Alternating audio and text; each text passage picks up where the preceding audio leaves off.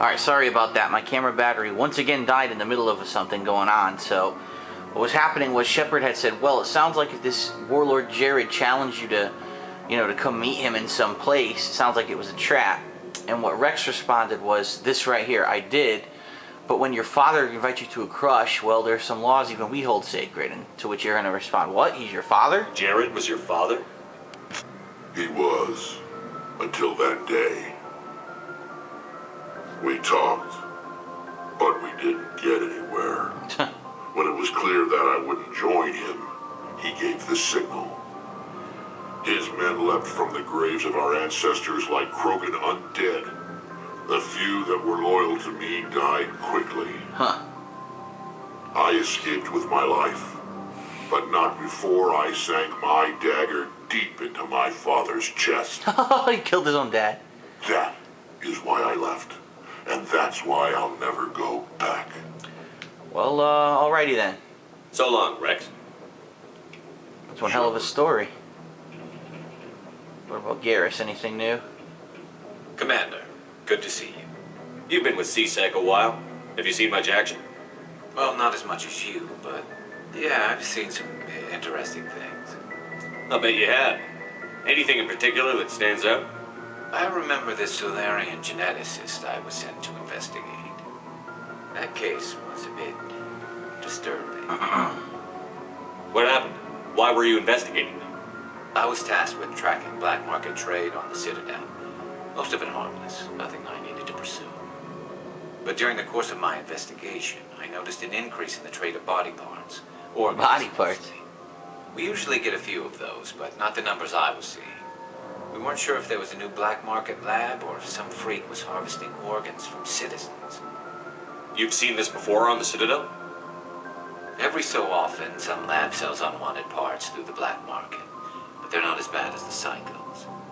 I remember this one L-Corps diplomat we caught in my first year on the job. An L-Corps? He was hacking people up and selling their organs, had the station in a bit of a panic. But this case wasn't that clear-cut. Turns out there was more going on than we first realized. So how did you figure out what was happening? First, we got a hold of a sample and ran DNA tests. The weird thing was, the match led us to a Turian who was still alive and was very convinced he'd never lost his liver. After a bit of digging, I discovered this Turian worked briefly for Dr. Salion, the geneticist. So I went to his lab hoping to find evidence of cloned organ development, but there was nothing. No Solarian hearts, no Turian livers, not one Krogan testicle. Krogan testicle? You're kidding, right? Why would anyone want Krogan testicles? Some Krogan believe that testicle transplants can increase their virility, counteract the effects of the genophage. It doesn't work, but that doesn't stop them from buying. They'll pay up to 10,000 credits each. That's 40,000 for a full set. Oh, they get 4 testicles. Nice. Somebody's making a killing out there. What did you do about the geneticist? I brought in some of his employees for interrogation to see if I could get them to talk. While I was interviewing one of them, I came across something suspicious. Interviewing? Sure, dude. Waterboarding's more like it. You mean threaten? Was that really necessary? Maybe, maybe not. Either way, it paid off. One of my detainees started bleeding profusely during the interview. We offered to patch him up, and he got frantic, freaked out. I ordered a full exam to find out what was going on. Our medics found incisions all over his body, some of them fresh. That was our big break. These people weren't just Dr. Salion's employees. They were test tubes. Walking, living test tubes. He was growing parts inside these people? Exactly. He cloned their organs right inside their own bodies. Then he harvested them and sold them off. Most of the victims were poor. He'd pay them each a small percentage of the sales, but only if the organs were good. Sometimes an organ wouldn't grow properly, so he'd just leave it in them. Most of them were a mess. Oh, good. But only on the inside, hidden so nobody could see it. Well, hopefully, I feel bad for the guy who had all the Krogan testicles in his chest. I hope he got what he deserved. That's the worst part. We never caught him. Why not? What the hell happened? He ran, blew his lab, grabbed some of his employees, and headed for the nearest space dock. By the time I found out, his ship was already leaving. He threatened to kill his hostages if we tried to stop him. But you went after him anyway, right? I ordered Citadel Defense to shoot him down, but CSEC headquarters countermanded my order. They were worried about the hostages, worried about civilian casualties if the ship was destroyed so close to the Citadel. I told them those hostages were dead anyway. He just used them to make more organs. They wouldn't listen. Well, it's not worth the risk. You pursue the vessel and disable him. That's the best choice. They sent the military after him, but he got away just the same. Yes, they did. I went to Palin and told him what I thought of him and his policies. He said if I didn't like it, I could quit. I almost did. All they had to do was disable that ship, stop him from running. Maybe the hostages die, maybe they don't, but at least we stopped the bastard responsible for it all. I gotta be the nice guy. If you don't care about the fate of those hostages, then you're no better than he is. You're just a terrorist with a badge. Yeah, maybe you're right. It doesn't make it any easier, but I see your point. Just wish I could have stopped him. That's all. Do you have any idea what happened to Dr. Salion? I sent out feelers from time to time, hoping to find something. I thought I'd found him a while back.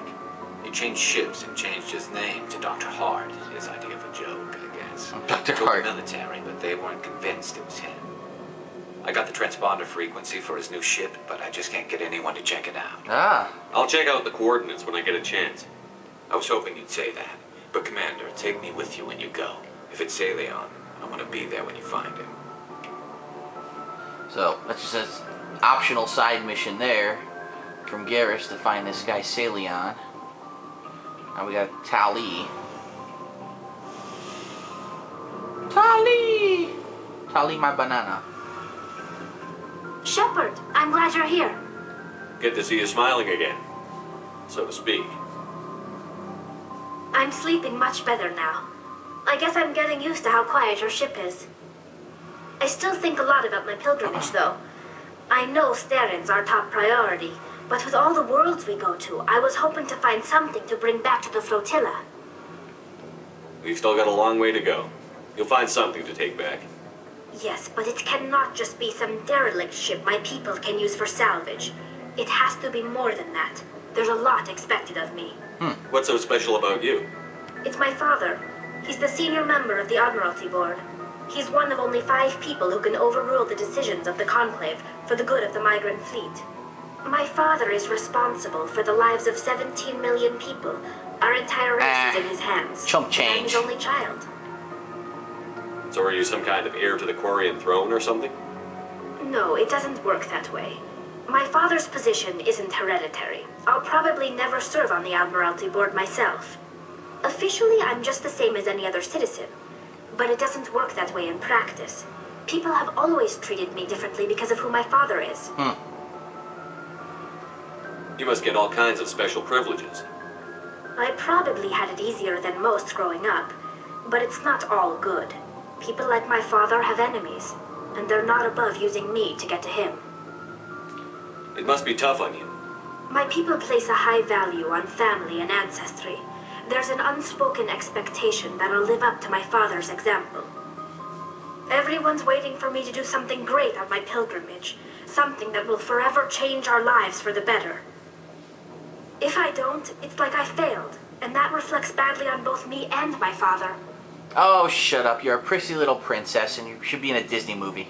The work you're doing here is more important than anything any Quarian has ever done before. Yes, I know. But you have to understand Quarian culture. We're a very insular society. The events beyond the flotilla don't much matter to the average citizen.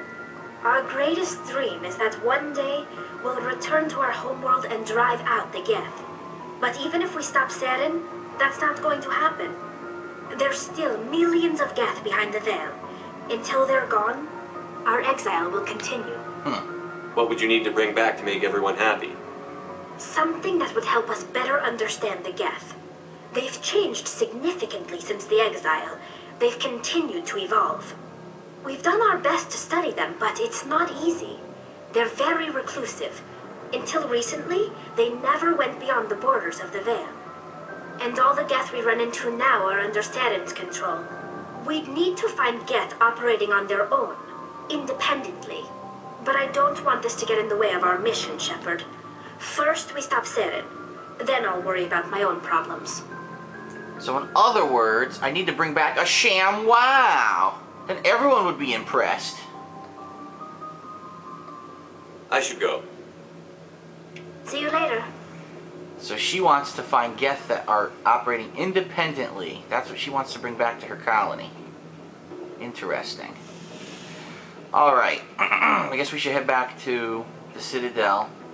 Get the one new mission. Drop off the mission. I think there's one other mission, like I said, that I forgot to do that I should be able to do. And then we'll go to the next story mission.